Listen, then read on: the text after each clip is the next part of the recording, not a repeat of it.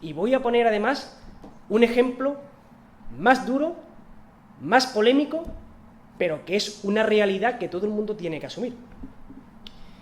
Cuando el Tribunal Constitucional Español, prevaricando abiertamente, evalúa la constitucionalidad de la Ley de Violencia de Género y establece que es constitucional el hecho de que, porque se pertenezca a un grupo determinado, la pena que se tiene que tener por el mismo delito varía, es el mismo espíritu, evidentemente salvando las distancias.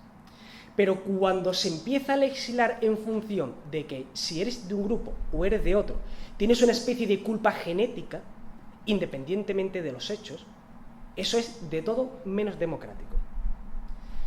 Una de las cosas que hizo, por ejemplo, Hitler, al poco de llegar al poder, es una amnistía para todos los delitos políticos que habían cometido los suyos. Los suyos. Lo de los demás no, los suyos. A partir de ese momento, los tribunales de la República de Weimar, que todavía estaban compuestos por un montón de jueces que no eran nazis, ni siquiera cercanos a la ideología nazi, utilizaron eso como precedente legal. Si al fin y al cabo se puede romper la igualdad ante la ley ahora, podemos romperla siempre.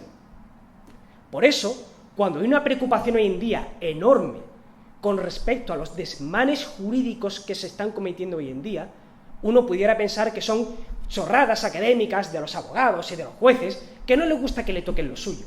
Pero no, cuando tocan la ley, no tocan solamente el puesto de un abogado o de un juez, están tocando los derechos de todos los que estamos sentados hoy aquí. Tocan los derechos de todos los ciudadanos. Porque si se admite la discriminación una vez, se admite la discriminación para siempre, en todos los órdenes y en todos los sentidos. Evidentemente, como digo, salvando las distancias. Esto no quiere decir que los gobiernos que actualmente puede haber en España o en otros sitios sean nazis, evidentemente que no, pero que la táctica, la estrategia, ese culebreo que hay entre las grietas del aparentemente sólido Estado de Derecho son las mismas, porque no hay otra. Y poco a poco te desnaturalizan la democracia.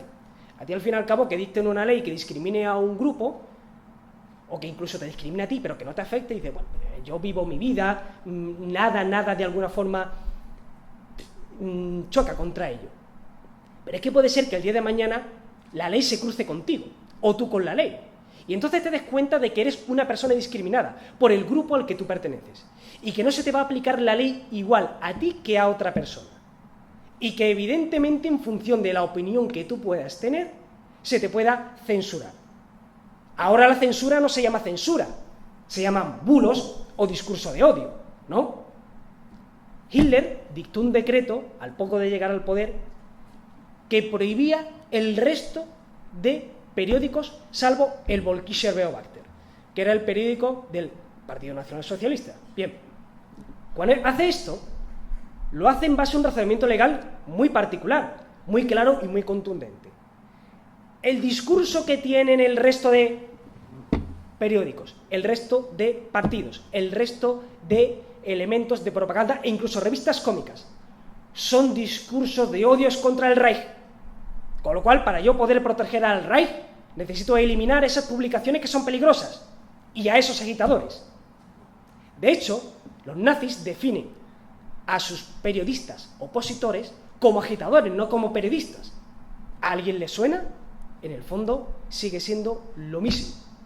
Como digo e insisto, no se quiere decir desde aquí que la consecuencia necesariamente tenga que ser igual, pero que desde luego el impulso autoritario existe y es importante retener esta lección para no cometer ese error. Porque claro, en ese momento, esos alemanes de los años 30, ¿cómo iban a llegar a imaginarse a dónde iba a acabar aquello? No podían saberlo. De la misma forma que nosotros tampoco podemos saber cómo va a acabar el continuo deterioro de la democracia española. Pero sin embargo, ahí está, el tic está.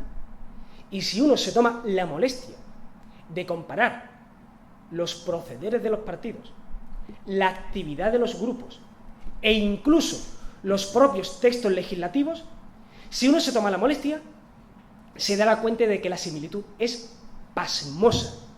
Y esto está ahí. Y es una lección que hay que sacar.